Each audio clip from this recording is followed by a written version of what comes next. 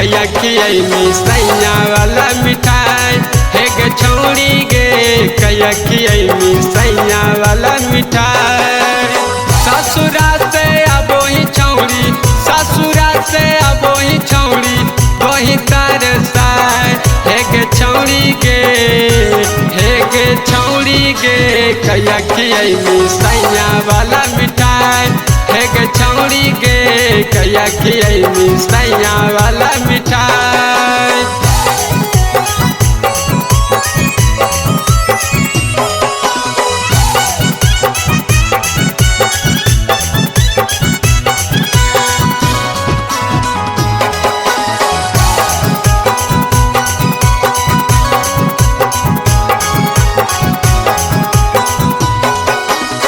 जहिया खियैमी छौड़ी, जहिया खियैमी छौड़ी लीहे उ दिन है।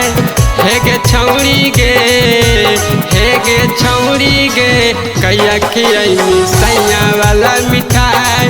हे गे छौड़ी गे कया खियैनी सैया वाला मिठाई। जहिया खियैमी छौड़ी, जहिया खियैमी छौड़ी लीहे उ दिन है। हे गे छौड़ी गे, हे गे छौड़ी गे कया खियैनी सैया वाला मिठाई। हे गे छौड़ी गे कया खियैनी सैया वाला मिठाई।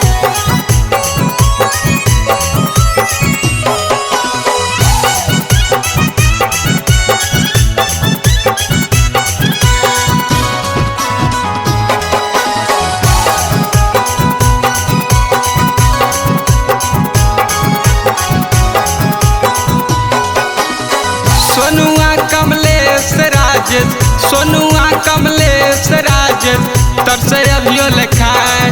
हे गे छौड़ी गे, हे गे छौड़ी गे कया खियैनी सैया वाला मिठाई।